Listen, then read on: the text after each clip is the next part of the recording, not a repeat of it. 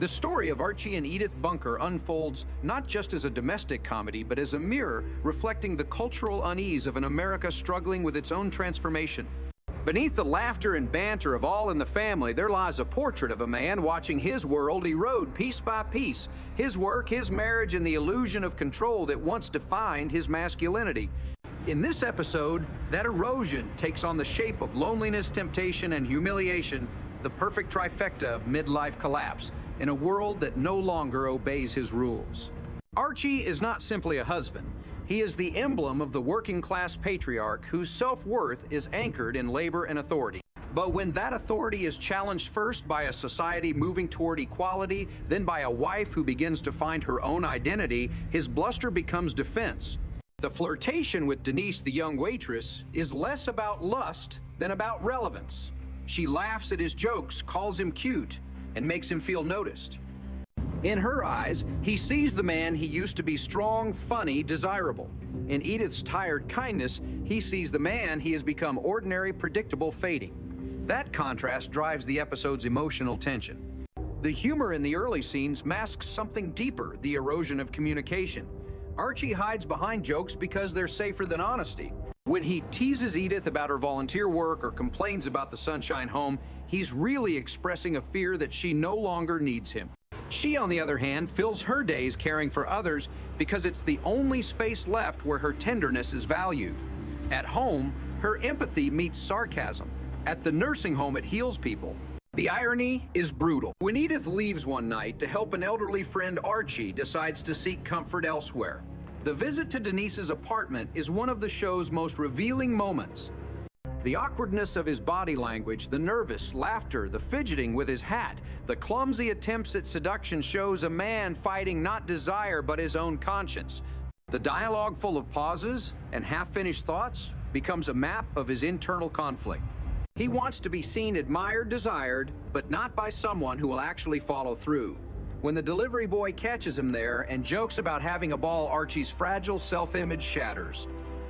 He realizes that what he thought was a secret indulgence looks from the outside like a cliché, an aging man chasing youth. The laughter turns against him. That humiliation follows him home, where Edith's intuition takes over. She doesn't accuse, she asks. And each time he lies about bowling poker, helping a neighbor, the lies grow more desperate, more absurd. The moment she finds the piece of paper with the waitress's number, silence fills the space. In that silence, decades of unspoken emotion rise to the surface. Archie confesses in fragments, trying to control the narrative. It didn't mean nothing. He says a line that captures the blindness of his gender and generation. For him, meaning is tied to action.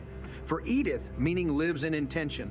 To think of betrayal is to commit it in the heart. Her decision to leave is not an act of vengeance. It is a declaration of selfhood. For years, she has been the invisible gravity holding his chaos together, the emotional laborer in a household that rarely acknowledged her work. The moment she walks out, the entire structure collapses. Archie's freedom, which he always claimed to want, arrives, and it terrifies him. Alone at Kelsey's bar, surrounded by men who mirror his bitterness, he jokes louder, drinks faster, and pretends harder. His old jokes sound hollow now. The men laugh out of habit, not amusement. In that laughter, he hears the echo of his own obsolescence. Meanwhile, at the Sunshine Home, Edith is surrounded by people who remind her of the fragility of time. Their arthritis, their dentures, their fading memories, all of it becomes a quiet metaphor for her marriage. Yet she finds joy there too, the joy of purpose, of usefulness. For the first time, she realizes that she doesn't have to be Archie's Edith, she can simply be Edith. That discovery, subtle, unannounced, is the beginning of her liberation. When Gloria visits her mother and urges reconciliation, Edith's logic is clear and painfully simple. He was thinking about doing what he said he didn't. Her words dismantle decades of denial. She doesn't need proof, she only needs to name the truth. For Gloria, raised in a more modern generation, forgiveness seems obvious. But Edith represents a quieter rebellion, one that demands emotional accountability, not through anger, but through withdrawal. She refuses to be the perpetual forgiver. The reunion scene on the porch is written like a slow dance of pride and longing.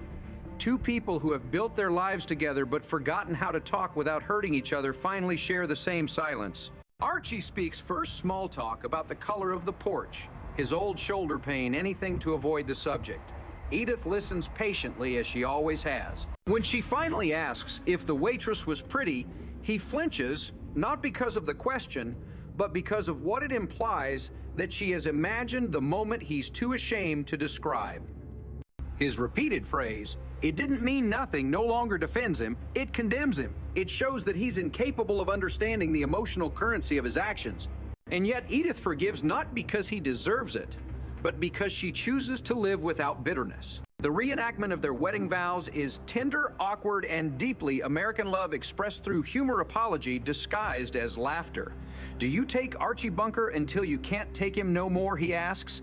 Her answer, half teasing, half weary, sums up the survival instinct of every long marriage: "Until I can't take you no more."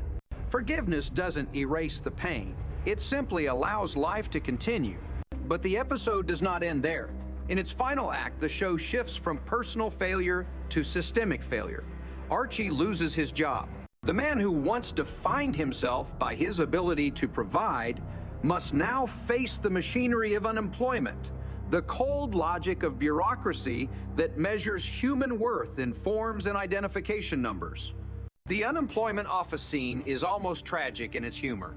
His exchanges with the clerk, "If the system can make a job for you, why can't it make one for me?" reveal the frustration of an entire generation left behind by economic change. The jokes about winos, hippies, and hookers aren't just prejudice. They are the language of a man trying to assign blame to a world he no longer understands. Archie's anger is both ridiculous and real. He has worked his whole life believing that effort equals dignity, yet now he's told to wait 4 weeks for a check that barely covers groceries. His masculinity, once bolstered by work and authority, is now humiliated by dependence. The irony of the scene is that even in his ignorance, Archie articulates the rage of the American worker in decline. He is a fool, but a prophetic one, a man who senses that the social contract has been broken. At home, Edith's response to his despair transforms their relationship. She does not scold or pity him. She simply reminds him that vulnerability is not weakness. "Everybody needs comfort and love," she says, "and that don't make you a baby. It makes you more of a man." It's a line that dismantles the entire myth of male stoicism. Archie for once listens. The man who once mocked feelings as feminine now admits his fear not just of poverty, but of irrelevance. Their embrace is not romantic, it's existential. Two people holding on to each other because the world outside has become too uncertain to stand alone. This episode, taken as a whole, functions as a meditation on aging class and gender in 1,970 seconds America. The economic backdrop, factory closures, inflation, the decline of manufacturing, creates the external pressure that mirrors the internal collapse of the Bunker household. Archie's struggle for respect echoes the national anxiety of a society shifting from production to service, from patriarchy to equality, from certainty to confusion. Edith's awakening, meanwhile, prefigures the feminist consciousness that was redefining women's roles during that decade. Her discovery that there's something else I can count on me is as revolutionary in its quiet way as any protest or slogan of the era. The genius of All in the Family lies in its refusal to moralize. It doesn't punish Archie for his flaws, nor does it glorify Edith for her patience. Instead, it allows both to exist in the messy gray space of humanity. Archie's bigotry, insecurity, and stubbornness coexist with his loyalty, humor, and capacity for change. Edith's gentleness, often mistaken for weakness, becomes a source of power, the power to forgive, to endure, and to define herself without hatred. Together, they embody a paradox, a couple bound by love and limited by fear, constantly hurting each other but unable to live apart. By the end, when they sit side by side, the laughter track fades into something almost sacred. The audience is no longer laughing at Archie, but watching him wrestle with the same question every generation faces: how to adapt without losing oneself. The closing lines, his halting declaration of love, her quiet reply, capture the essence of the show's moral vision. Love in this universe is not grand or romantic, it is survival. It is two imperfect people choosing day after day not to give up. When the credits roll and the familiar theme returns, boy, the way Glenn Miller played It no longer sounds like nostalgia for simpler times. It feels like mourning for an innocence that never really existed. The America Archie misses, where men were men and girls were girls, is the same America that excluded, silenced, and divided. Yet his longing for it is not malicious, it's human. He represents the pain of change, the confusion of progress, and the stubborn hope that somehow things can still make sense. All in the Family remains powerful because it exposes that contradiction without resolving it. The show never asks us to love Archie, only to recognize him in ourselves, the part that fears being left behind, the part that clings to certainty, the part that mistakes control for love. Through laughter and discomfort, it teaches empathy without absolution. And through Edith's quiet resilience, it shows that grace, the kind that forgives without forgetting, can be the most radical form of strength. In the end, Archie and Edith's story is not about sin and redemption, but about endurance. Theirs is a marriage built on the fragile architecture of habit, laughter, and the refusal to let go. They argue they hurt, they age, but they remain two flawed souls tethered together by the simple, stubborn fact of love. In their world of cheap, beer-fading jobs and worn-out furniture, that love becomes the only thing that still holds value. And in a nation losing faith in its promises, that may be the truest story of all. The story of Archie and Edith Bunker is not just a domestic drama. It is a social document, one that captures the ache of a country caught between two centuries. Through humor and humiliation, All in the Family became a mirror held up to America's working class, and few episodes show that mirror more clearly than this one. Beneath the laughter, there is a meditation on class, gender, and the slow unspooling of male authority in an age of uncertainty. Archie Bunker, the self-appointed patriarch of his household and of a vanishing way of life, is a man defined by work. His identity is rooted not in who he loves, but in what he does. For 3 decades, he has clocked in at the same loading dock, believing that loyalty equals dignity. When the world around him begins to change, when women work, when minorities demand rights, when factories shrink and management speaks in euphemisms, Archie reacts the only way he knows how, by retreating into sarcasm and nostalgia. The past to him is not just memory. It is a weapon against irrelevance. Edith, by contrast, represents a softer but no less radical shift. She is the emotional laborer of the family, the woman who smooths every rough edge, who apologizes when Archie insults the neighbors, who still believes in kindness as an organizing principle of life. Yet, this episode shows her quietly stepping out of his shadow. Her volunteer work at the Sunshine Home is more than charity, it is emancipation. There, she is no longer Archie's wife. She is Edith, the one who listens, comforts, and leads. Her world expands just as his contracts. The flirtation with Denise, the young waitress, is therefore more symbolic than sexual. It's not really about desire, it's about power. Denise laughs at Archie's jokes, validates his manhood, and for a moment restores the illusion of control. She is young, modern, working independent, the very type of woman Archie publicly mocks but privately craves approval from. Their brief encounter in her apartment becomes a compressed allegory of male insecurity in a feminist age. When the beer delivery boy enters the scene, he represents the generational gaze of America itself. Youth observing age the future, smirking at the past. His line, "Have yourself a ball," detonates Archie's fantasy. Suddenly, the patriarch sees himself not as the hero of his own story, but as its punchline. He leaves before the act can become sin, but morally, the boundary has already been crossed.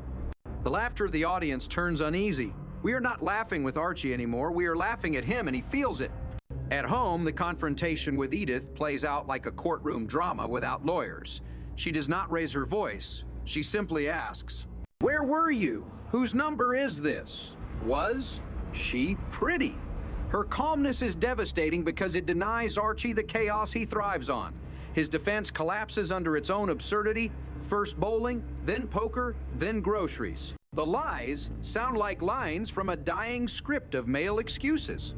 When he finally admits the truth, it didn't mean nothing. He reveals the moral blindness of an entire generation that mistook emotional betrayal for harmless fun. Edith's departure is quiet, but revolutionary. For a woman of her background, a post-war housewife in Queens, to leave home even temporarily is an act of protest as radical as any march. She doesn't slam doors, she simply walks away, forcing Archie to live with silence. That silence in the cultural lexicon of the 1,970 seconds is the sound of patriarchy losing its echo. At Kelsey's bar, the working-class cathedral of male escape, Archie tries to rebuild his sense of belonging. Surrounded by men who drink away their disappointments, he performs the old rituals of camaraderie, jokes, complaints, laughter. But the laughter no longer heals. It mocks. The industrial America that once made these men necessary is collapsing around them.